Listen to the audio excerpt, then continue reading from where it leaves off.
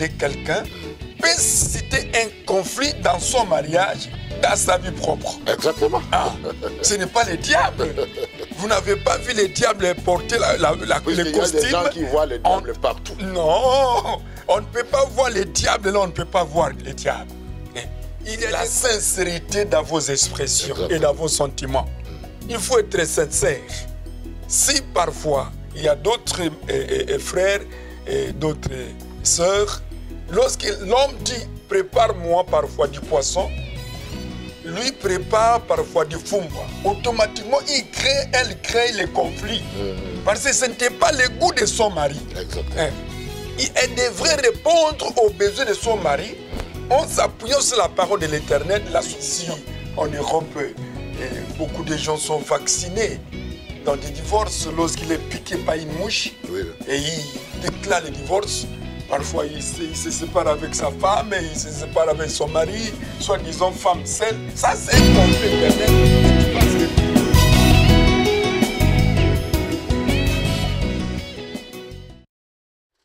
Bonjour à nos téléspectateurs de Zion TV. Nous sommes encore dans ce rendez-vous d'aujourd'hui dans notre émission La Tribune des Vérités. Nous voulons d'abord commencer à dire bonjour à ceux qui nous suivent à travers le monde. Puis nous continuons avec notre grand thème sur le plan de Dieu dans les couples.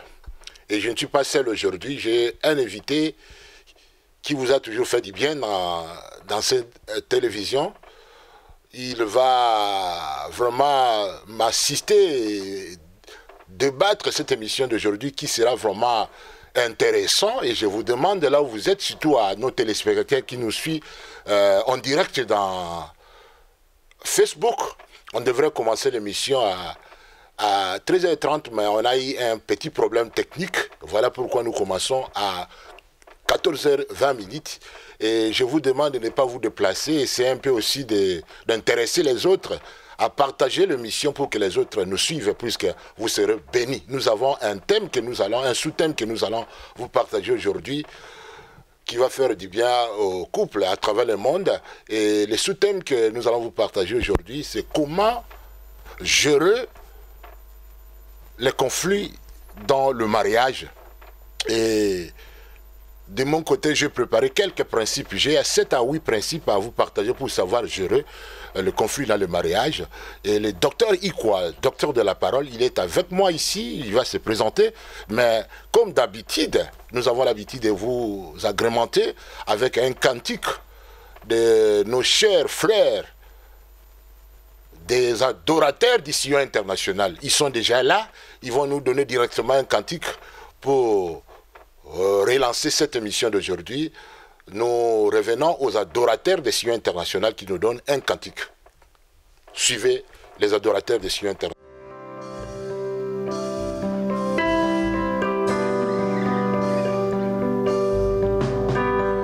De gloire en gloire, de gloire en gloire, tu m'emmènes,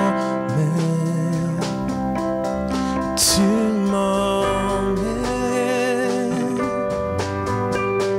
De gloire en gloire, de gloire en gloire, tu m'emmènes, tu m'emmènes dans les profondeurs de ta sainteté, tu m'emmènes, tu m'emmènes de gloire en gloire, de gloire en gloire, de gloire en gloire, tu m'emmènes, tu m'emmènes dans les profondeurs, de ta sainteté, tu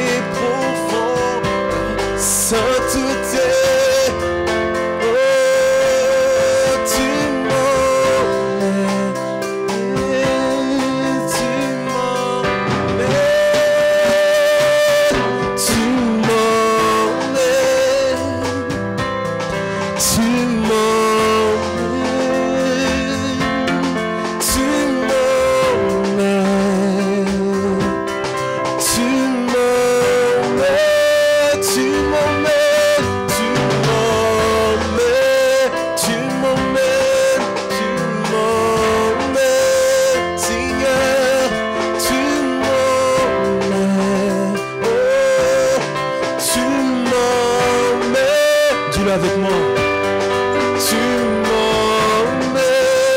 m'emmènes, Seigneur, tu m'emmènes,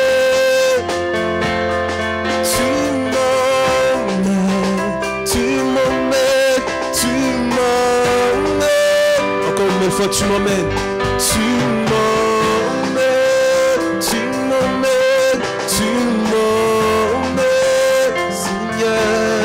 tu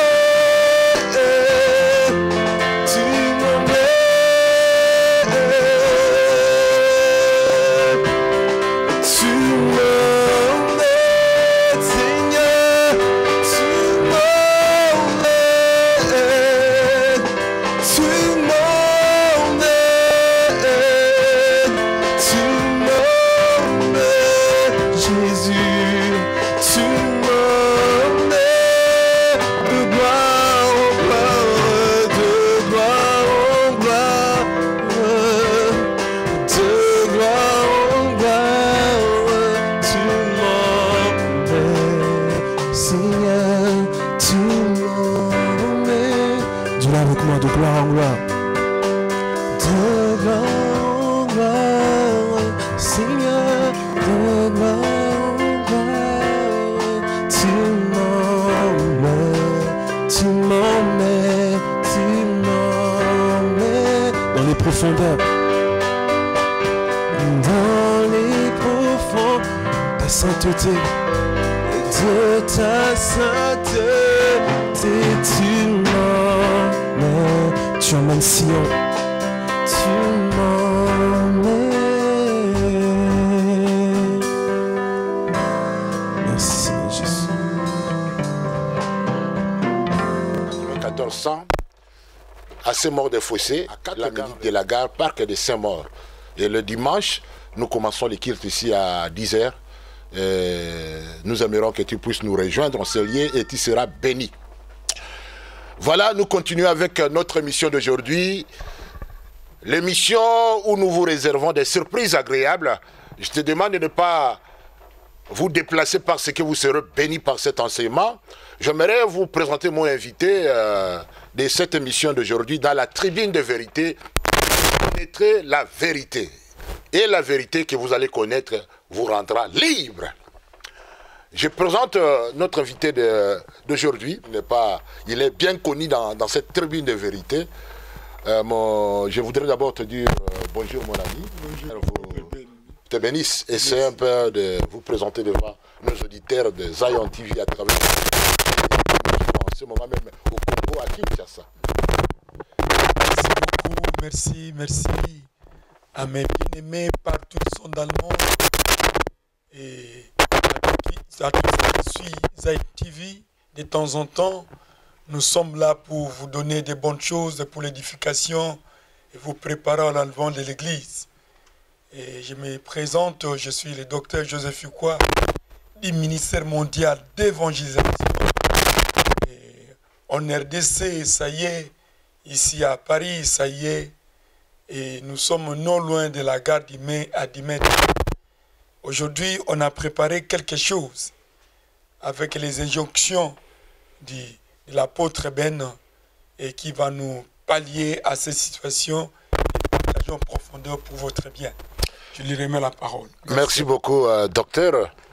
Comme d'habitude, dans cette émission, nous sommes là tout simplement pour pouvoir contribuer à la paix, contribuer à assister des milliers de couples qui ont des situations difficiles Et je crois que ceux qui nous suivent, le Seigneur leur fait du bien, puisqu'on a reçu des échos, des gens qui nous téléphonent à travers le monde dans nos émissions, puisque depuis qu'on a commencé, en tout cas, ça leur fait du bien. On a même reçu dernièrement un couple qui est venu ici, chez nous à l'église, tout simplement pour nous remercier et nous encourager de continuer avec cette bonne initiative.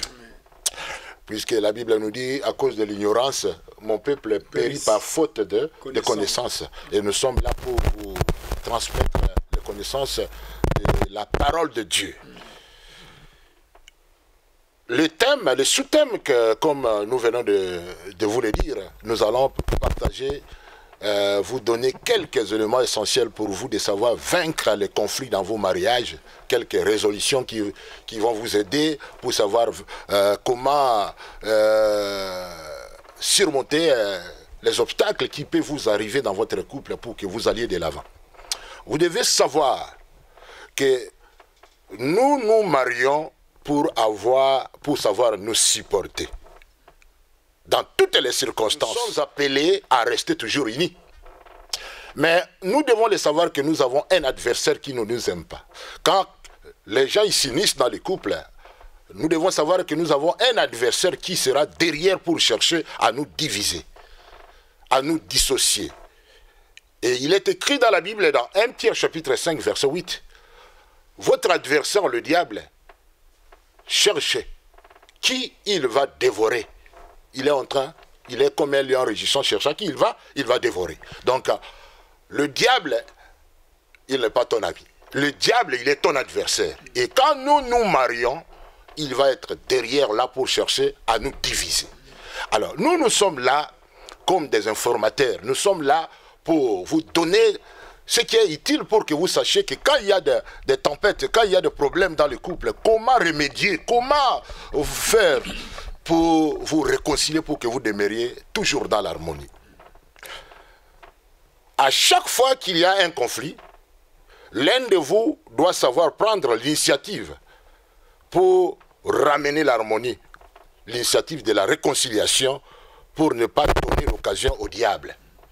Et voilà, avant que je continue de mon côté, j'aimerais d'abord remettre le micro au docteur pour commencer ce qu'il a à vous transmettre cet après-midi dans cette émission. Mais tout conflit ne vient pas du diable. C'est ça. Parfois, la pensée de quelqu'un peut susciter un conflit dans son mariage, dans sa vie propre. Exactement. Ah, ce n'est pas le diable. Vous n'avez pas vu le diable porter le costume. Il y a des gens qui voient le diable partout. Non, on ne peut pas voir le diable, là on ne peut pas voir le diable. Il y a des conflits sentimentalistes. Il y a des conflits dans les divergences des opinions. Exactement. Il y a des conflits dans des argumentations, des expressions. C'est pour cela que je voulais appuyer ce que vous dites avec un verset biblique avant que nous continuions. Si nous lisons ici dans la Bible, il faut que nous sachions comment nous parler dans les couples. Ici dans la Bible, nous lisons dans Éphésiens chapitre 4, verset 29 à 31. La Bible nous dit dans Éphésiens 4, 29 à 31, qu'il ne sorte de votre bouche aucune parole malsaine. Alléluia. Mais s'il y a lié quelques bonnes paroles qui servent à l'édification nécessaire et communiquent une grâce à ceux qui l'entendent. Vous savez, la Bible, c'est notre institution. À chaque fois qu'il y a un problème, nous devons recourir à la parole de Dieu. Voilà. Vous savez, la plupart des conflits viennent à cause de notre façon de parler. Et la Bible nous dit qu'il ne sorte de nous des paroles malsaines, mais qu'il y ait des paroles édifiantes qui sortent de nous pour que nous puissions demeurer dans la communion. Amen. Vous savez, puisque comme toi tu viens de pingler là-dedans, quelqu'un, il peut susciter le conflit pour rien. Pour rien. Vous êtes dans le couple et il commence à raisonner de toi, des choses que toi tu... Voilà, des alibis sans nom. Des choses inutiles. Il commence à dire que je sais ce que tu penses. Je sais ce que tu penses, mais là tu n'es pas ici, tu es ailleurs. Tu penses à cette dame-là. Vous voyez, de lui-même, ce n'est même pas le diable, mais ça vient de sa propre pensée. Il faut que nous fassions attention. Et à chaque fois dans un couple, pour qu'il y ait l'harmonie, nous devons savoir nous parler. Il faut savoir honorer ton partenaire, il faut dire de bonnes paroles. Par exemple, ton mari est bien habillé comme toi aujourd'hui. Je crois qu'avant même de sortir de ton appartement, ton partenaire devrait dire quelque chose pour toi. Ah, mon mari, tu es bien habillé aujourd'hui. Ça fait aussi du bien. Amen. Il faut savoir aussi faire des éloges à ta femme. Si elle trace bien ses cheveux, il faut dire quelque chose. Il ne faut pas dire elle sait déjà. Non, quand tu dis que ma femme a jolie, aujourd'hui tu apparais très jolie, tu me rends heureuse. Amen. Heureux. Vous savez, ça va lui faire du bien également. Amen. Qu'il sorte de nous des paroles édifiantes. Édifiante. Des bonnes paroles pour encourager l'union dans les couples. C'est ce que je voulais un peu dire, Merci, quoi. apôtre, Ajouter merci. dans ce que toi tu disais là, puisque la plupart des conflits ne viennent pas tout simplement du diable, mais nous-mêmes, nous sommes à l'origine de cela. L'origine des conflits. Oui, vas-y. Vous savez, nous parlons dans la Bible et nous démontrons aux chrétiens. Il y a aussi des conflits dans des couples païens. Exactement, oui. Et ça, c'est très, très grave et très dangereux aussi. Mais alors, on les amène. ils vont faire recours à quoi? Mais eux aussi font recours à Dieu. Oui, mais si tu es païen, avec des conseillers, avec peut-être... avec des parrains. Oui, des parrains, qui ont il y a aussi des gens professionnels qui leur donnent des conseils. Voilà. Donc c'est ça. Vous ne voyez pas le diable sillonner dans vos maisons, vous susciter des conflits. Les conflits viennent de la personne lui-même à travers ses propres pensées. Exactement. C'est pour cela la Bible même nous a amené toutes vos pensées captives à l'obéissance de Christ. C'est-à-dire nous devons demeurer, penser positivement. Puisque la parole de Dieu, c'est notre ligne de conduite. Amen. Nous devons demeurer dans la parole. C'est pour cela la Bible que la parole de Dieu demeure en vous abondamment. Il faut que nous soyons affermis pour savoir comment remédier à tous ces conflits qui nous arrivent. Si.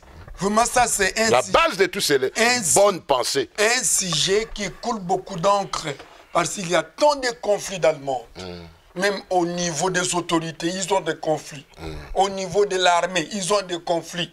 Au niveau du pays, ils ont des conflits. Mais ce que nous parlons ici, c'est dans la vie chrétienne, on aide aussi les païens qui ont des conflits, comment ils peuvent remédier dans leurs conflits. Mais pour moi, docteur, je ne vous coupe pas la parole.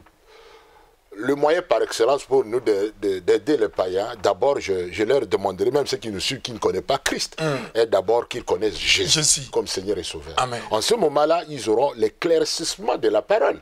Parce que celui qui n'a pas Jésus, comment il va comprendre? Tu peux lui donner même des conseils. Les conseils bibliques pour eux, c'est inutile.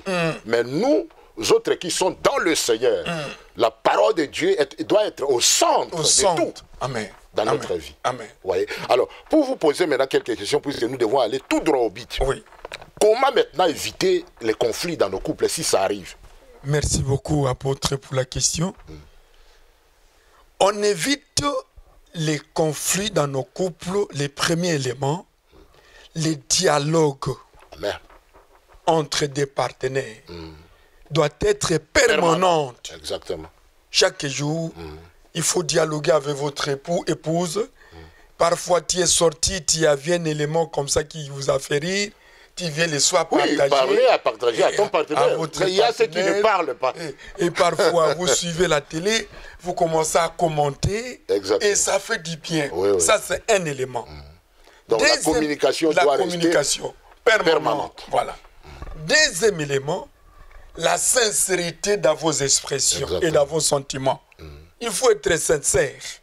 Si parfois, il y a d'autres frères et d'autres sœurs, lorsque l'homme dit « prépare-moi parfois du poisson », lui prépare parfois du fou-moi. Automatiquement, elle crée les conflits. Parce que ce n'était pas le goût de son mari. Exactement. Elle devrait répondre aux besoins de son mari en s'appuyant sur la parole de l'Éternel, la soumission. Exactement. Ce n'est pas une dictature, non, c'est le goût que le mari a préféré de manger ce jour-là. Il t'a demandé le poisson, toi tu vas lui préparer de la viande. Ça va susciter un conflit. Exactement. Parce que lui, il sent qu'il a beaucoup mangé de la viande, il en a assez. Aujourd'hui, il change quand même le goût. C'est pourquoi dans la maison, il faut qu'il y ait la variation du repas. Donc, être clair dans vos sentiments. Et troisième élément, la transparence dans la gestion. Exactement. Ce sont des principes que je devrais également énumérer. On n'a pas assez de temps, mais c'est un sujet qui demande beaucoup de séances. Des séances. Oui. Donc, la transparence dans la gestion financière. Suscite des incidents terribles. Exactement. Qui bouleversent, qui ne sait pas les foyers, qui fait des désordres, ainsi de suite. La femme gère son argent de sa façon, l'homme de sa façon. Et parfois, l'homme cherche seulement des petites coupures pour montrer à sa femme. Les bulletins de paie de l'homme, de la femme, on ne connaît pas. Et c'est un conflit terrible, éternel. Moi, j'encourage au couple, dans le mariage, vous savez, si j'aimerais leur encourager d'avoir un compte bancaire ensemble. Familial. Voilà. Pour savoir bien gérer les affaires dans le couple. Et ça va éviter pas mal de problèmes. Vous voyez? Tel que moi. Et si j'ai besoin de quelque chose, je remets ma carte à madame. C'est ça. À la banque. La transparence. La transparence. C'est ce qui aller retirer autant, afin de faire la restauration. Aller retirer autant, on fait ceci. Donc elle connaît, donc elle n'a pas les soucis de dire que mon mari me cache. Exactement. Mais mon cas également, moi avec ma femme, nous n'avons qu'un seul compte. Vous voyez, ma femme me fait confiance et moi également je lui fais confiance. Voilà. Et nous gérons les finances ensemble. Voilà. Vous voyez, ça fait du bien. Voilà. Mais même si vous avez des comptes différents, mais il faut que l'autre sache la transparence. Tous les comptes. Combien il est dans ses comptes. Il est dans les comptes en question. Voilà. Ça va favoriser l'harmonie dans les couples. Voilà. Sinon, si toi tu lui cachais les jours qu'il va découvrir, ça peut vous amener dans les divorces. Voilà. Il faut que nous fassions attention à des petites choses. C'est ce qui nous amène au conflit. Voilà. Et les conflits, quand ça arrive, un conflit permanent emmène les couples dans les divorces. Dans les divorces. Parce qu'ici, en Europe, beaucoup de gens sont vaccinés dans des divorces lorsqu'il est piqué par une mouche.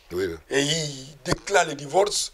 Parfois, il se sépare avec sa femme, il se sépare avec son mari, soi-disant femme seule. Ça, c'est un conflit éternel. Et tu vas se retrouver mourant à la maison seule. Exactement. Et ça, c'est un danger.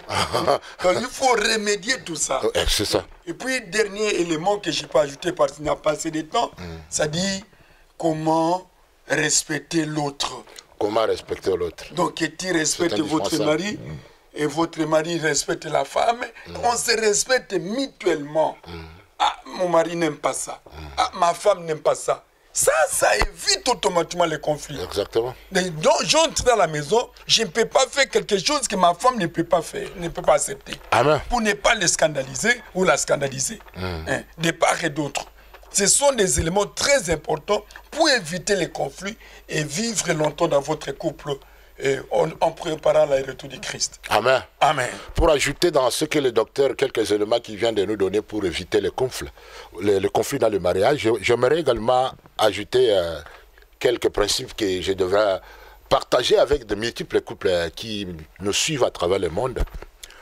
Pour éviter le conflit, il faut que les deux partenaires sachent comment ils peuvent se rapprocher et se parler. Éviter de se quereller pendant que l'autre parle, que l'autre reste à l'écoute et savoir répondre à son partenaire. Ça va éviter pas mal de conflits. Deuxième élément que je devrais épingler pour éviter les conflits, vous venez de deux familles, des milieux différents. Chacun de vous deux a été élevé de sa manière. Vous devez éviter les réactions qui ne favorisent pas l'harmonie dans votre couple. Évitez ce qui vous différencie. La Bible nous dit dans Amos 3.3, deux personnes qui ne voient pas de la même manière ne peuvent pas marcher ensemble. Il faut que vous regardiez d'un seul côté. Évitez des choses, des choses inutiles qui peuvent encourager les conflits dans votre couple. Il faut que vous regardiez dans une seule direction. Ça va vous faire éviter pas mal. Il ne faut pas amener sur la table de négociation des choses inutiles. Et ça va vous faire éviter beaucoup de choses. Évitez de faire référence au passé, sinon, il ne faut pas avoir l'habitude de dire à ton partenaire qui m'a toujours fait ça. Tu l'index de ce qu'il ne fait pas. Il ne se reproche pas. Tu deviens comme un docteur psychiatre ou psychologue. Tu penses à lui, oh, je sais, toi tu étais dans cet endroit, je sais là où tu viens. Tu m'as toujours fait du mal. Les procès d'intention. Les procès d'intention, ça va encourager les conflits. Les conflits terribles. Ce sont des choses que nous devons vraiment éviter. S'unir signifie quitter. Marc chapitre 10, 7 à 8. Quand nous nous marions, les deux, nous quittons nos familles. Nous devenons une seule chair. Hein? Que l'un n'amène pas ce qu'il a vécu dans sa famille. À chaque fois que toi, tu as l'habitude de raconter les choses qui se passent dans votre couple, aux familles, vous allez créer des conflits dans le mariage. Dieu vous a appelé ensemble pour que vous viviez d'abord vous deux ensemble. Vous devez vous partager. C'est pour cela la communication doit rester permanente comme nous venons de dire. Il ne faut pas avoir l'habitude que chaque fois qu'il se passe dans le couple, à appeler vos familles et à leur raconter. Ça va créer beaucoup de choses. Je crois que c'est ce que j'allais aussi ajouter dans ce que vous aviez dit. Merci. Je voudrais m'altérer dans tout ce que vous venez de dire. C'est très important. Avoir des procès d'intention. La Bible nous dit dans 1 Corinthiens chapitre 13, l'amour ne soupçonne point les... Amen. Tu ne peux pas soupçonner le mal à ton partenaire, que ce soit femme, que ce soit homme. Pour conclure à cette expression, c'est seulement, ça demande la confiance personnelle des deux partenaires. Amen. Avoir la confiance à votre femme, avoir la confiance à votre mari. Même si il salit beaucoup de sœurs, ne croyez pas que... Oui, exactement, puisque vous savez, l'un des éléments essentiels qui suscitent également le conflit, c'est la jalousie maladive. Quand tu commences à soupçonner à ton partenaire, c'est fini. Il suffit qu'il salit quelqu'un, tu commences à penser à okay, tu veux tricher, tu veux faire tu vas l'encourager maintenant à faire n'importe quoi. Ouais. Il faut que nous fassions attention à cela aussi. Ça veut dire quoi? Il y a quelque chose dans la psychose, dans la psychologie, on dit, ils sont liés psychologiquement. Il faut qu'ils soient libérés. Se sentir mal à l'aise. Or, lorsque vous avez des alibis partout dans vos poches, dans vos sacs, pour tenter et profiter de l'opportunité, pour susciter un danger, vous n'arrangez pas votre couple. Vous êtes en train d'allumer le feu. Exactement. Et que le feu qui ne pourra pas s'éteindre. Et tu vas commencer à appeler les gens, apôtre venez, docteur venez, ainsi de suite. Et ce n'est pas bon. Donc il faut essayer un peu d'avoir confiance à votre mari. Amen. Avoir confiance à votre femme. Je peux te donner l'exemple d'un couple. Vous savez, il n'avait pas le mari n'avait pas, la femme n'avait pas confiance totale à son mari. À chaque fois que le mari sortait, même si le mari faisait 20 minutes, la femme, elle ne se sent pas à l'aise. Elle appelle même la police. Que voilà, mon mari est parti, il a fait ceci, cela. Donc, elle n'a pas totalement confiance à son partenaire. C'est ce qui crée beaucoup de problèmes dans les couples. Mais c'est ça. Ouais. Écoutez, humainement parlant, depuis la création, tout homme, toute femme qui Dieu a fait selon son image a été toujours belle et beau. Exactement. Et ne croyez pas que tous ceux qui l'admirent, ils vont l'accepter. Ils vont les tendre la main. Non, parmi toute cette admiration, chacun a fait son choix. Alléluia. Un bon partenaire. Gloire à Dieu. Et il faut, lorsque tu as déjà un bon partenaire, c'est que tu es si, tu as la paix, tu as la joie. Qu'il sort ou pas, vous savez que mon mari viendra, ma femme viendra. Et si tu ne dis pas parce que comme elle a tardé comme ça pour saluer les enfants de Dieu, les hommes de Dieu, et parfois, non, ça c'est un péché. Exactement. On pêche même dans les pensées. C'est ça. Ce qui est grave. Exactement, c'est ce que je dis. Ça suscite les conflits. Nous taxons le diable pour ce que nous-mêmes nous suscitons. Nous sommes au terre de ça. Ce n'est pas bon. Oh, ça fait du bien à ceux qui nous suivent. Vraiment. Il nous reste encore quelques minutes. J'aimerais donner au docteur 2 minutes pour dire quelque chose à ceux qui nous suivent.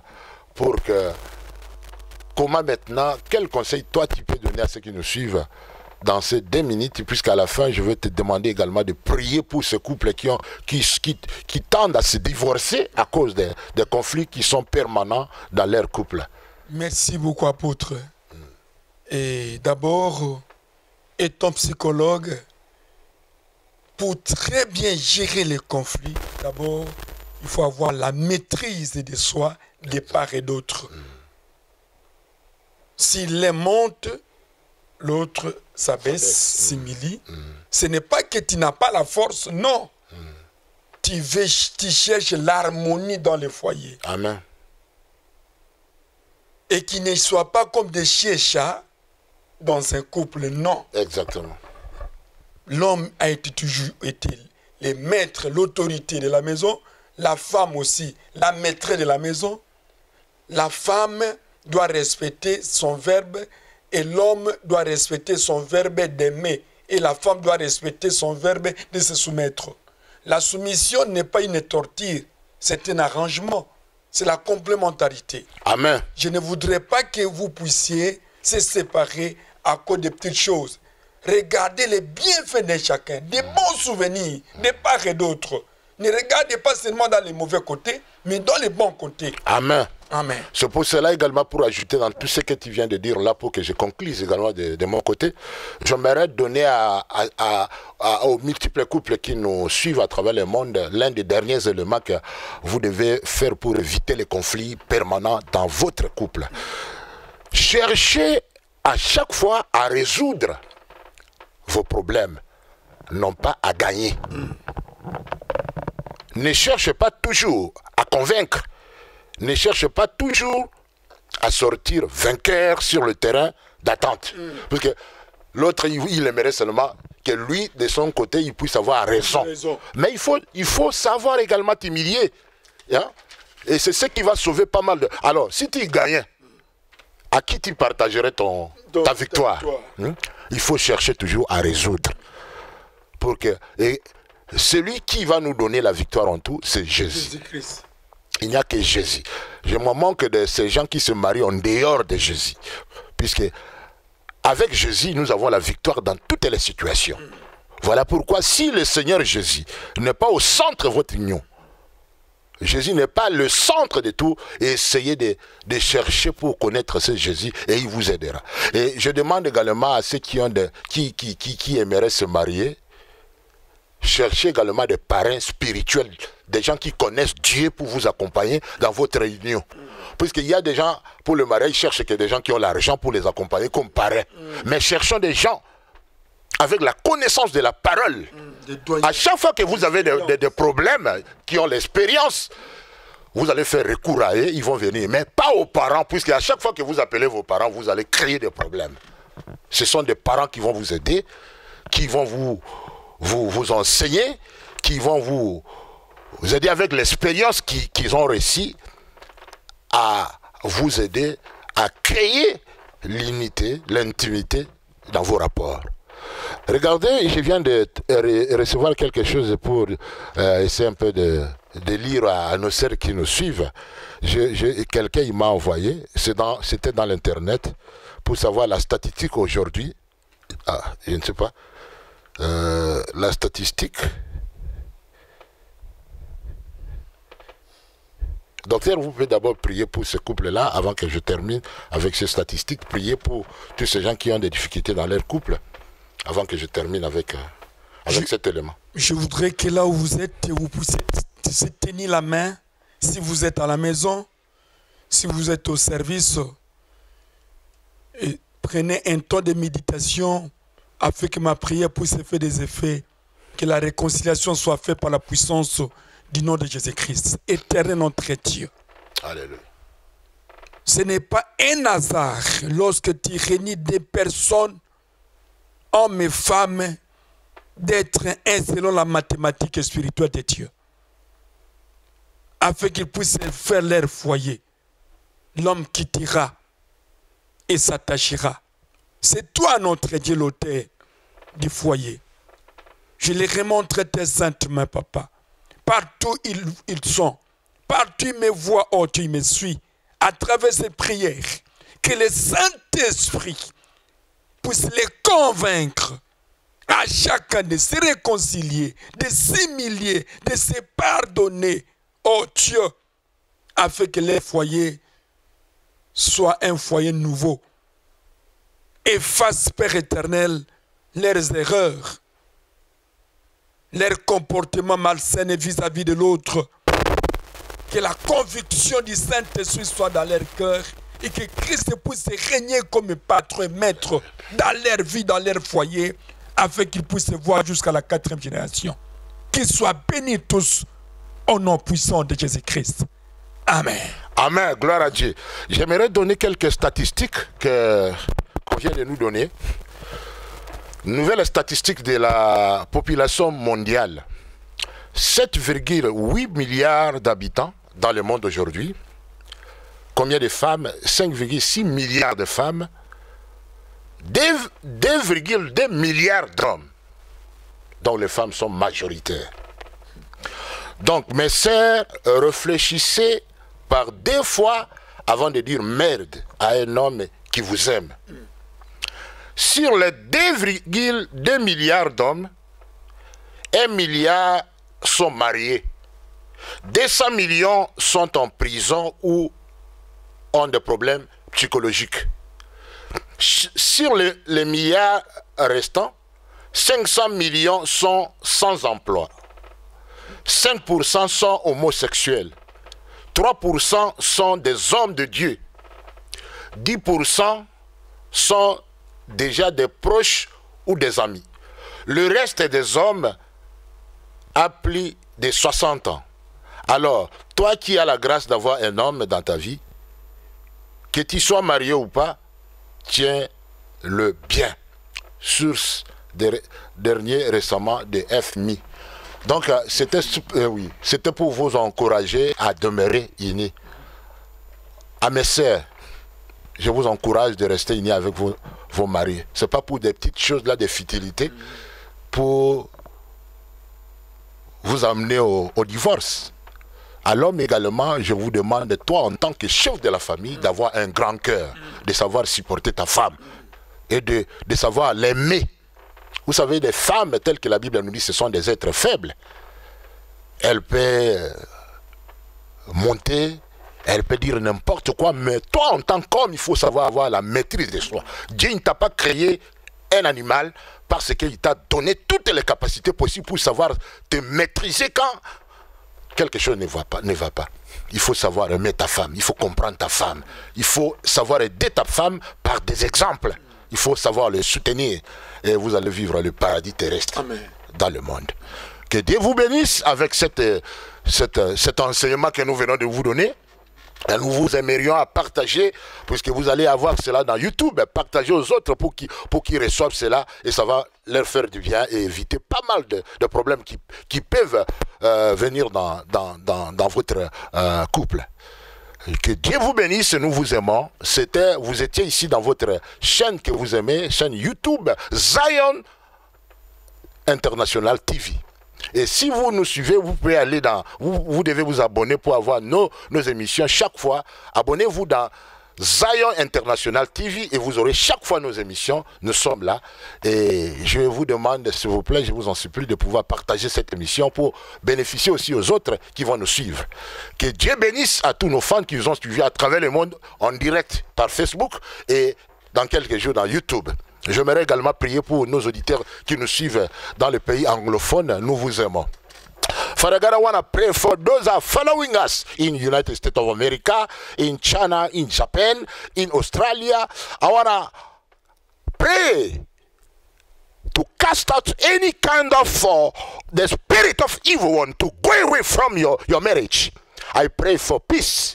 I pray for you to stay bound together so that you may raise your children. May God bless you. We love you. And we're going to see you next time.